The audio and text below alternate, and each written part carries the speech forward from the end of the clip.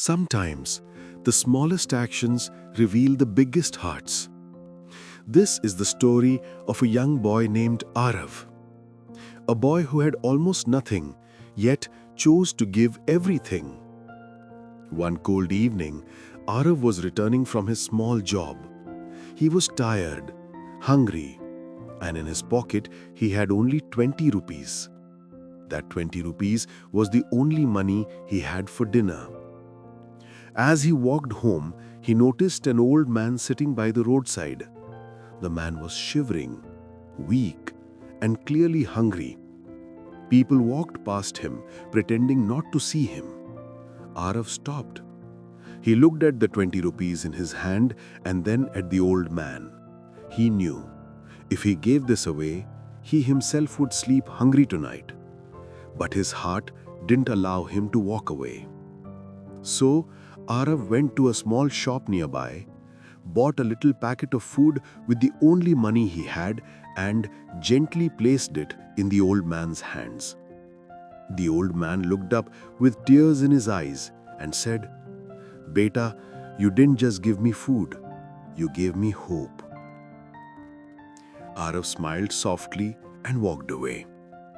His pockets were empty, but his heart felt full. The next morning, something unexpected happened. As Arav was walking, a luxury car stopped beside him.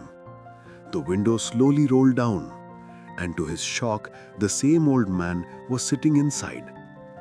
But he didn't look weak anymore.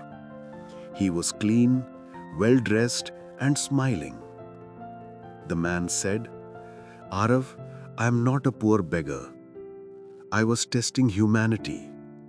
You were the only one who stopped, the only one who cared." He reached out and handed Arav a letter.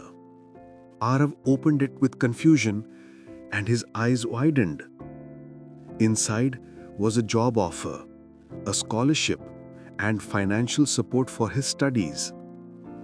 The old man said, "What you gave me yesterday was small, but what you showed was priceless. Kindness always returns, sometimes multiplied."